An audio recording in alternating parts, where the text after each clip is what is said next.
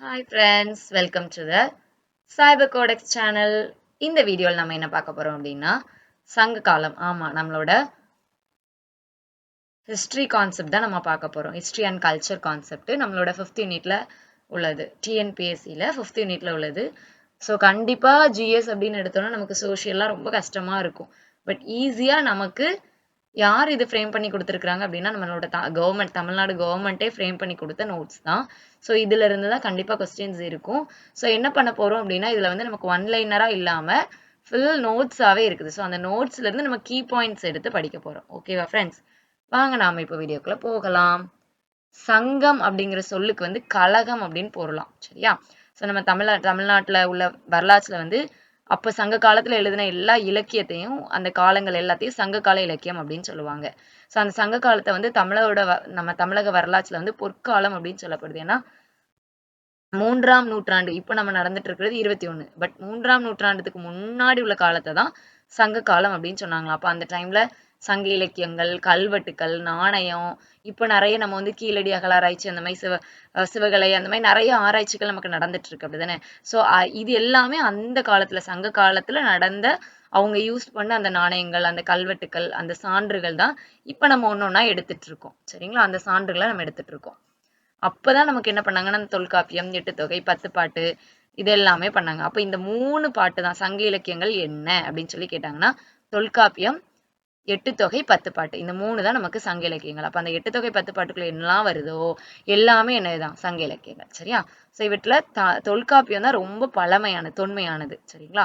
So அடுத்து அசோகரோட பாறை கல்வெட்டுகள் வந்து மற்றும் காரவேலனின் ஹதிகும்பா கல்வெட்டு இது வந்து நம்ம தமிழக அரசை பத்தி சொல்றது. ஓகேங்களா? எது ரெண்டும் அப்படின்னா அசோகரோட பாறையும் காரவேலனோட ஹதிகும்பாவும்.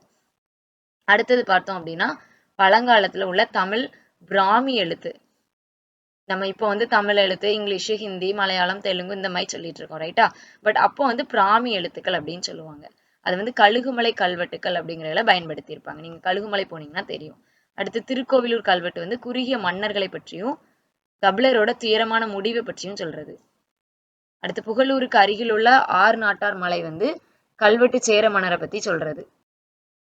அதே மாதிரி நம்ம புகழூருக்கு பக்கத்துல உள்ள ஆறுநாட்டார் மலை வந்து கல்வெட்டு சேர மன்னரை சொல்றது. திருப்பரங்குன்றத்துல உள்ள கல்வெட்டுகள் வந்து சமண துறவிகள், கலர்படுக்கைகள் அவங்கலாம் கொடைனா இப்ப நம்ம நன்கொடை அப்படின்னு சொல்லுவோம், டொனேஷன் சொல்லுவோம்ல, அந்த மாதிரி கொடுத்தது. சரிங்களா?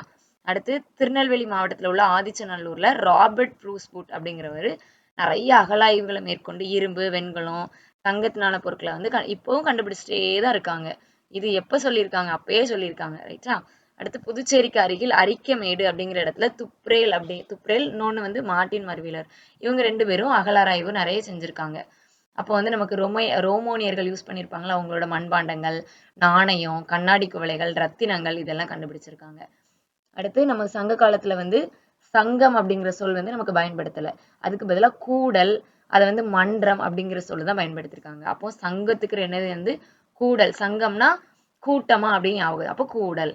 ஒரு சங்கம்னா நம்ம இப்போ சங்கத்துக்கு வாங்க கூட்டம் இருக்கு அப்படின்னா கூட்டம் அப்படின்னா கூடல் அப்படின்னு ஞாபகம் வச்சுக்கோங்க. அதை வந்து மன்றம்னு சொல்லியிருக்காங்க. மதுரையானது தமிழ் வளர்க்க பயன்பட்டதால் தமிழ் கெழு கூடல். வளர்க்கங்கிறதுக்கு கெழு, கூடல்ங்கிறது சங்கம். சரிங்களா? அப்ப தமிழ் வளர்த்த சங்கம் மதுரை அப்படின்னு சொல்லுவாங்க. அப்ப தமிழ் கெழு கூடல் அப்படின்னு சொல்லிட்டு 58வது புறப்பாட்டு அதுல வந்து சொல்லியிருக்கு. அடுத்தது சங்ககால தமிழகத்திற்கும் ரோமோனிய பேரரசிற்கும் இடையே நிலவிய வாணிக தொடர்பு தான் இது வந்து உறுதி பண்ணுது. அடுத்து சங்க காலத்துல வந்து முதற் சங்கம், இடைச்சங்கம், கடைச்சங்கம் 3 சங்கம் இருந்ததா சொல்றாங்க. அதுல முதற் சங்கம் வந்து தென்மதுரையிலும், இடைச்சங்கம் கபாடபுரத்திலையும், காலப்போக்குல அந்த பகுதி வந்து நமக்கு இந்துமா கடல்ல மூழ்கிட்டு இப்ப அந்த பகுதி இல்லை அப்படின்னு நமக்கு சொல்றாங்க. அதே மாதிரி காவிரி பூமண்டலத்திற்கு அருகில கீழையூர் அப்படிங்கிற இடத்த வந்து சங்கம் மருவிய காலத்தை சேர்ந்த புத்த விகாரம் அப்படின்னு சொல்லி கண்டுபிடிச்சிருக்காங்க. அடுத்து சங்ககால தமிழ் மன்னர்கள் வந்து தங்கம், வெள்ளி, நாணயங்கள் இதெல்லாமே வெளியிட்டிருக்காங்க. அந்த டைம்ல தான் தங்கம், வெள்ளிலாம் ரொம்ப ஃபேமஸ். தங்கம் மற்றும் வெள்ளியிலான ரோமோனிய நாணயங்களும் தமிழகத்தின் பல பகுதியில நிறைய இடத்துல அவங்க கண்டுபிடிச்சிருக்காங்க. அடுத்து பாண்டிய மன்னர் வந்து முடத்திருமாறன் மதுரையில 3வது தமிழ் சங்கத்தை நிறுவனாரு. இதுவே கடைசி சங்கம்னு சொல்லப்படுது. நாம் அறியும் கடைச்சங்கம், நாம் அறியும் சங்க காலம் இதுதான். ஸோ நமக்கு இடத்துல சங்க இலக்கியங்கள் இந்த காலத்துல தான் படைக்கப்பட்டது. சங்க இலக்கியங்கள் என்னது? எட்டுத்தொகை, 10 பாட்டு, தொல்காப்பியம். அடுத்து கிரேக்க எழுத்தாளரான மெகஸ்தனிஸ் எழுதிய இண்டிகா அப்படிங்கிற நூலும் அரசை பற்றி சொல்றதுதான். இண்டிகாங்கிறது மெகஸ்தனிஸ் எழுதிய இண்டிகா. இண்டிகா நூலை யார் எழுதுனா மெகஸ்தனிஸ் அப்படின்னு ஞாபகம் வச்சுக்கோங்க. அடுத்து ஸ்ட்ரோபோ, பிளினி, தாலமி, யுவான், ஸ்வாங் போன்ற ஆசிரியர்கள் வந்து சங்க காலத்தை பத்தின பல அரிய தகவல்களை அதாவது எப்படி சொல்லுவாங்க, இப்பெல்லாம் பிஹெச்டி பண்றாங்கன்னா ரிசர்ச் பண்றாங்க, அந்த மாதிரி அந்த காலத்துல சங்க காலத்தை பத்தி சங்க இலக்கியங்களை பத்தி நிறைய ரிசர்ச் வந்து இவங்க 5 பேர் பண்ணியிருக்கிறாங்க. அடுத்து இலங்கை நூலான மகாவம்சம், தீபவம்சம் இதெல்லாம் சங்க காலத்துல பயன்படுத்தினதுதான். அடுத்து 3 சங்கம் இருந்ததா சொல்றாங்க. இறையனார் அதுக்கு வந்து அகப்பொருளுக்கு உரை எழுதியிருக்காரு. நக்கீரனார் வந்து அப்படி சொல்லியிருக்காரு. அடுத்து 3 சங்கங்கள் பத்திய தகவல்கள் வந்து நம்ம அடுத்த வீடியோல பார்க்கலாம். ஓகேங்களா? இது நம்ம டேப்ல காலம் போட்டு இதை வந்து நம்ம அடுத்த வீடியோல எக்ஸ்பிளைன் பண்ணலாம். ஓகே ஃப்ரெண்ட்ஸ், தேங்க்யூ, பாய் பாய். இந்த 2 யூனிட்ல நம்ம கொடுத்துருக்கிற 2 பேஜ்ல கொடுத்துருக்கிற நோட்ஸை நீங்க வந்து ஒன் லைனரா மேக் பண்ணி பாருங்க. ஓகே, தேங்க்யூ, பாய் பாய்.